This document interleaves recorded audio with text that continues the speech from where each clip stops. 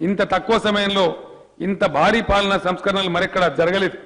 మొదట 10 జిల్లాలను 31 జిల్లాలు చేసుకున్నాం. ఇటీవలే కొత్తగా నారాయణపేట, ములుగు జిల్లాలను ఏర్పాటు చేసుకున్నాం. 43 రెవెన్యూ డివిజన్ల సంఖ్యను 69కి పెంచుకున్నాం. 459 మండలాలను 584 మండలాలు చేసుకున్నాం. గతంలో 68 మున్సిపాలిటీలుంటే కొత్తగా మరో 68 మున్సిపాలిటీలను ఏర్పాటు చేసుకున్నాం. తెలంగాణలో ఇప్పుడు మొత్తం 136 మున్సిపాలిటీలు, 6 కార్పొరేషన్లు ఉన్నాయి. కొత్తగా 4383 గ్రామ పంచాయతీలను ఏర్పాటు చేసుకోవడం ద్వారా పంచాయతీల సంఖ్య 12751కి పెరిగింది. శాంతి భద్రతలను పర్యవేక్షించడానికి ప్రభుత్వం కొత్త పోలీస్ కమిషనరేట్లను ఏర్పాటు చేసింది. తెలంగాణ వచ్చే నాటికి రాష్ట్రంలో కేవలం 2 పోలీస్ కమిషనరేట్లు మాత్రమే ఉండేవి. ప్రభుత్వం కొత్తగా 7 పోలీస్ కమిషనరేట్లు ఏర్పాటు చేసింది. కొత్త పోలీస్ సబ్ డివిజన్లను, కొత్త సర్కిళ్లను, కొత్త పోలీస్ స్టేషన్లను ప్రభుత్వం ఏర్పాటు చేసింది. పోలీస్ సబ్ డివిజన్ల సంఖ్యను 139 నుంచి 163కు, సర్కిళ్ల సంఖ్యను 688 నుంచి 717కు, పోలీస్ స్టేషన్ల సంఖ్యను 712 నుంచి 814కు ప్రభుత్వం పెంచింది. మా తండాల్లో మా రాజ్యం, మా గూడాల్లో మా రాజ్యం అనే నినాదంతో తండాలు, గూడాలను ప్రత్యేక పంచాయతీలుగా ఏర్పాటు చేయాలని ఎస్టీలు ఎప్పటి నుంచో డిమాండ్ చేస్తున్నారు. అనేక రాజకీయ పార్టీలు ఎన్నికల మేనిఫెస్టోలో హామీ ఇచ్చారు తప్ప వారి డిమాండ్ నెరవేర్చలేదు. ఎస్టీల ప్రజల స్వపరిపాలన కలను తెలంగాణ ప్రభుత్వం నిజం చేసింది. 1177 తండాలు, గూడాలను కొత్తగా గ్రామ పంచాయతీలుగా ఏర్పాటు చేసింది. 1281 ఆవాస ప్రాంతాలు షెడ్యూల్ ఏరియాలో ఉండడంతో వాటిని ఎస్టీలకి రిజర్వ్ చేసింది. గ్రామాల్లో ఎస్టీల జనాభాను పరిగణనలోకి తీసుకుని రాష్ట్రంలో 688 గ్రామాలను ఎస్టీలకు రిజర్వ్ చేసింది. దీంతో ఇటీవల జరిగిన గ్రామ పంచాయతీ ఎన్నికల్లో 3146 మంది ఎస్టీలు సర్పంచులుగా ఎన్నికయ్యారు. ఇంత పెద్ద మొత్తంలో ఎస్టీలకు ప్రత్యేక పంచాయతీలను ఏర్పాటు చేసి గ్రామ పరిపాలన బాధ్యతలను ఎస్టీలకే అప్పగించే అభ్యుదయకర నిర్ణయం తీసుకున్న ప్రభుత్వంగా తెలంగాణ ప్రభుత్వం దేశ చరిత్రలో సుస్థిర స్థానాన్ని సంపాదించుకున్నదని చెప్పడానికి సంతోషిస్తున్నాను. భారతీయ ఆత్మ గ్రామాలలోనే ప్రతిఫలిస్తుందని గాంధీ మహాశయుడు పేర్కొన్నారు. గ్రామీణ ప్రాంతాల అభివృద్ధి ప్రతిపాదించిన ఆశయాలేవి తదనంతర కాలంలో ప్రభుత్వాలు పట్టించుకోలేదు. గ్రామ స్వరాజ్య భావన నినాదంగానే మిగిలిపోయింది. తెలంగాణ ప్రభుత్వం గాంధీ కోరిన గ్రామాభివృద్ధి కోసం నిర్మాణాత్మక చర్యలు ప్రారంభించింది. నూతన పంచాయతీరాజ్ చట్టానికి రూపకల్పన చేసింది. ఈ చట్టం ద్వారా స్థానిక సంస్థలకు కావాల్సిన అధికారాలను, విధులను అందిస్తున్నది. గ్రామంలో పచ్చదనం పెంచడం, పారిశుద్ధ్యం నిర్వహించడం తదితర అంశాలలో బాధ్యతాయుత ప్రవర్తనను చట్టం కోరుతున్నది. బాధ్యతను విస్మరించిన వ్యక్తులను శిక్షించే అవకాశం ఈ చట్టం కల్పిస్తున్నది. ఆదర్శవంతమైన గ్రామాల రూపకల్పన లక్ష్యంగా ప్రభుత్వం పనిచేస్తుంది. గ్రామాల అభివృద్ధికి నిధుల కొరత రానియకుండా ప్రభుత్వం ప్రణాళిక సిద్ధం చేసింది. ఇటు ఫైనాన్స్ కమిషన్ ద్వారా వచ్చే నిధులు, నరేగా ద్వారా వచ్చే నిధులు, గ్రామ పంచాయతీలకు ఉన్న సొంత ఆదాయ వనరులు, ఇలా అన్ని రకాల నిధులను కలిపి రాబోయే 5 ఏళ్లలో గ్రామాల అభివృద్ధి ఖర్చు చేయాలని ప్రభుత్వం నిర్ణయించింది. 14వ ఆర్థిక సంఘం సిఫారసుల ప్రకారం గ్రామీణ ప్రాంతాల్లోని ప్రతి వ్యక్తికి ఏడాదికి 806 రూపాయల చొప్పున కేంద్రం నుంచి నిధులు అందుతాయి. అంటే తెలంగాణలోని 2,02,00,000 గ్రామీణ జనాభాకు ఏడాదికి 1,628 కోట్ల రూపాయలు కేంద్రం నుంచి వస్తాయి. దీనికి తెలంగాణ మొదటి రాష్ట్ర ఆర్థిక సంఘం నిధులు కూడా జమ చేయాల్సి ఉంటుంది. రాష్ట్ర ప్రభుత్వం తరఫున 2019-20 ఆర్థిక సంవత్సరంలో స్థానిక సంస్థలకు ఇచ్చే నిధుల విషయంలో రాష్ట్ర ఆర్థిక సంఘం ఇటీవలే మధ్యంతర నివేదిక ఇచ్చింది. అధ్యక్ష, ఇక్కడ ఒక ఎర్రాట ఇచ్చాం, దాన్ని సవరించి చదవండి. గ్రామీణ స్థానిక సంస్థలకు 1,400 కోట్ల రూపాయలు, పట్టణ స్థానిక సంస్థలకు 9,000 కోట్ల రూపాయల నిధులు ఇవ్వాలని సిఫారసు చేసింది. అయితే గ్రామాల ఆర్థిక వృద్ధికి ఎక్కువ నిధులు అవసరమని భావించిన ప్రభుత్వం రాష్ట్ర ఆర్థిక సంఘం చేసిన సిఫారసుల కన్నా ఎక్కువ మొత్తంలోనే నిధులు ఇవ్వాలని నిర్ణయించింది. కేంద్ర ఆర్థిక సంఘం రాష్ట్రానికి 1,628 కోట్ల రూపాయలు ఇస్తున్నందున రాష్ట్రం తరఫున కూడా అంతే మొత్తంలో ఇవ్వాలని ప్రభుత్వం నిర్ణయం తీసుకున్నది. దీంతో 2 ఫైనాన్స్ కమిషన్ల ద్వారా గ్రామాలకు మొత్తం 3,256 కోట్ల రూపాయలు అందనున్నాయి. అంటే ఒక్కో మనిషికి 1606 రూపాయల చొప్పున ఫైనాన్స్ కమిషన్ నిధులు అందుతాయి. 500 జనాభా కలిగిన గ్రామానికి కూడా 8 లక్షల రూపాయల నిధులు వస్తాయి. ఇవి కాక మహాత్మా గాంధీ జాతీయ గ్రామీణ ఉపాధి హామీ పథకం కింద మరో 4000 కోట్ల రూపాయలు అందుతాయి. పన్నుల ద్వారా గ్రామ పంచాయతీలకు మరో 700 కోట్ల రూపాయలు సమకూరుతాయి. ఈ 3 మార్గాల ద్వారా గ్రామ పంచాయతీలకు ప్రతి ఏటా దాదాపు 8000 కోట్ల రూపాయల మేర నిధులు అందుబాటులో ఉంటాయి. 5 ఏళ్ల కాలంలో మొత్తం 40,000 కోట్లు గ్రామాభివృద్ధి కోసం ఖర్చు చేసే అవకాశం ఉంది. ఇంత పెద్ద మొత్తంలో గ్రామాల అభివృద్ధికి గతంలో నిధులు అందలేదు. కొత్తగా ఎన్నికైన సర్పంచులు, వార్డు సభ్యులు ఈ సదవకాశాన్ని వినియోగించుకుని చిత్తశుద్ధితో అంకితభావంతో పనిచేస్తారని ఆశిస్తున్నాను.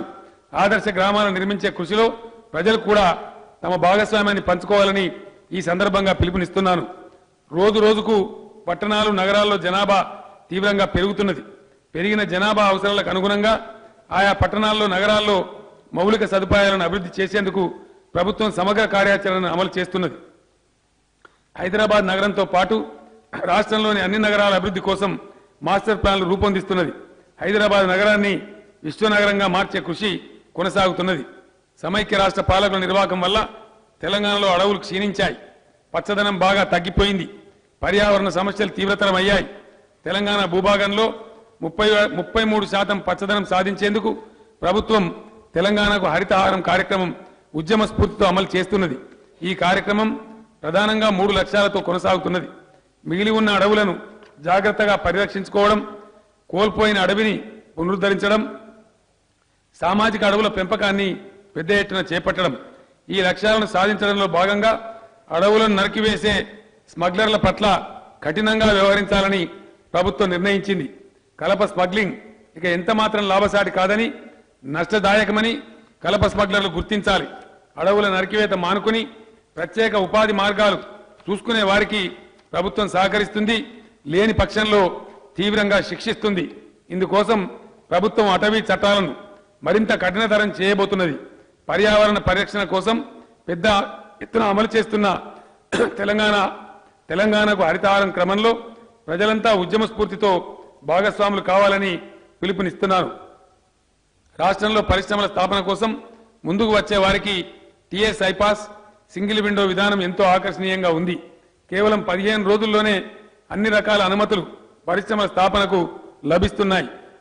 ఇప్పటి వరకు 1.41 లక్షల కోట్ల రూపాయల పెట్టుబడులతో కూడిన 8,419 పరిశ్రమలకు అనుమతులు ఇవ్వడం జరిగింది. దీంతో 8.58 లక్షల ఉద్యోగాల కల్పనకు అవకాశం ఏర్పడింది. తెలంగాణ రాష్ట్రం ఐటీ రంగంలో బలీయమైన శక్తిగా ఎదిగింది. ప్రపంచంలో హైదరాబాద్ ప్రముఖ ఐటీ హబ్గా గుర్తింపు పొందింది. రాష్ట్ర ప్రభుత్వం రూపొందించిన నూతన ఐటీ విధానంతో పాటు సింగిల్ విండో పారిశ్రామిక అనుమతుల విధానం వల్ల ఐటీ రంగంలో గణనీయమైన పెట్టుబడులు రావడం ప్రారంభమైంది. ఎన్నో దిగ్గజ కంపెనీలు తెలంగాణలో పెట్టుబడులు పెడుతున్నాయి. అంకుర పరిశ్రమలను ప్రోత్సహించేందుకు ఏర్పాటు చేసిన టీ హబ్ దేశవ్యాప్తంగా సంచలనం సృష్టించింది. ఐటీ ఎగుమతులు ఈ ఏడాది 1,00,000 కోట్ల రూపాయలకు చేరుకున్నాయి. ఐటీ పరిశ్రమను రాష్ట్రంలోని ఇతర నగరాలకు విస్తరించడంలో రాష్ట్ర ప్రభుత్వం సఫలమవుతుంది. పోలీస్ శాఖను బలోపేతం చేయడం వల్ల సమర్థవంతంగా శాంతి భద్రతల పరిరక్షణ జరుగుతున్నది. చరిత్రలో ఎన్నడూ లేనంత ప్రశాంతంగా జనజీవనం సాగుతున్నది.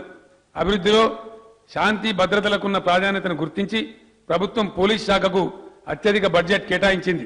హైదరాబాద్లో త్వరలోనే అంతర్జాతీయ స్థాయి police command and control centre ప్రారంభం కానున్నది. పేకాట, గుడుంబా వంటి దురాచారాలను పోలీస్ శాఖ సమర్థవంతంగా అరికట్టగలిగింది. డ్రగ్స్, కల్తీల నిరోధానికి ఉక్కుపిడికిలు బిగించింది. మహిళలకు భద్రత కల్పించడం కోసం షీ టీమ్స్ విశేష కృషి చేస్తున్నాయి.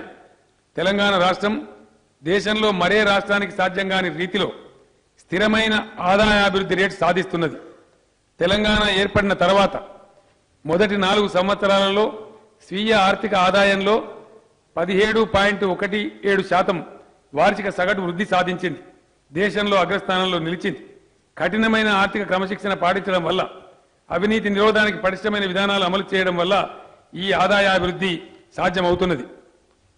మొత్తం వ్యయంలో మూలధన వ్యయం అంటే క్యాపిటల్ ఇన్వెస్ట్మెంట్ పరంగా చూస్తే దేశంలోనే తెలంగాణ ప్రథమ స్థానంలో నిలుస్తున్నది. 2016-17 సంవత్సరం ప్రకారం తెలంగాణ రాష్ట్రం మొత్తం వ్యయంలో మూలధన వ్యయం క్యాపిటల్ ఎక్స్పెండిచర్ 28.2% ఉన్నది.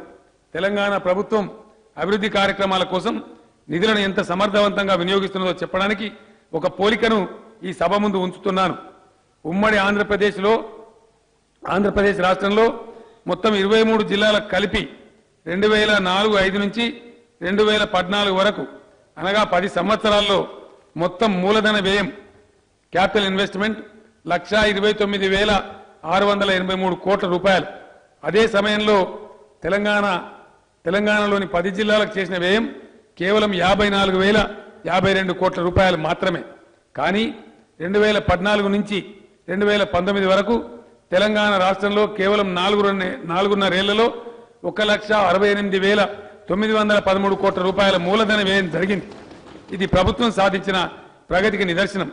ఈ స్ఫూర్తిని ఇదే విధంగా కొనసాగిస్తామని సవినయంగా సభకు తెలియజేస్తున్నాను. రాష్ట్ర ఏర్పాటుకు ముందు 2 సంవత్సరాలలో స్థిర ధరల వద్ద జీఎస్డీపీ వృద్ధి రేటు కేవలం 4.2%గా ఉంది. 2017-18 నాటికి ఈ వృద్ధి రేటు 2 రెట్లు మించి 10.4%గా నమోదైంది.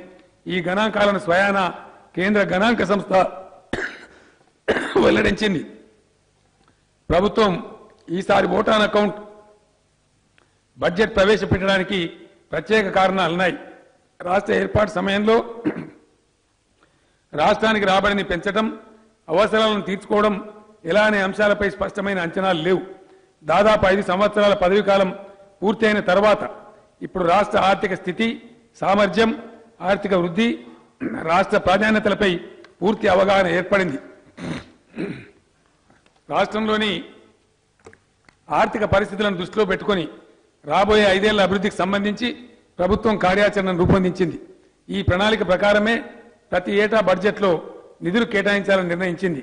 ఈసారి కేంద్ర ప్రభుత్వం ఓటాన్ అకౌంట్ ప్రవేశపెట్టింది.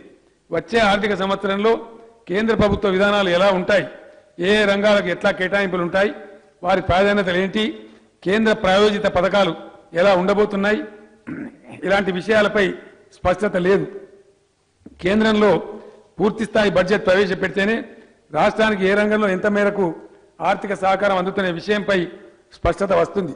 అందువల్లనే ఈసారి తెలంగాణ రాష్ట్ర ప్రభుత్వం కూడా ఓటాన్ అకౌంట్ బడ్జెట్ ప్రవేశపెడుతున్నది. ఎన్నికల తర్వాత కేంద్రంలో ఏర్పడే కొత్త ప్రభుత్వం పూర్తిస్థాయి బడ్జెట్ ప్రవేశపెట్టిన తర్వాత తెలంగాణ ప్రభుత్వం కూడా మరోస్థాయి పూర్తిస్థాయి బడ్జెట్ను సంపూర్ణ స్పష్టతతో ప్రవేశపెడుతుందని గౌరవ సభ్యులకు తెలియజేస్తున్నాను.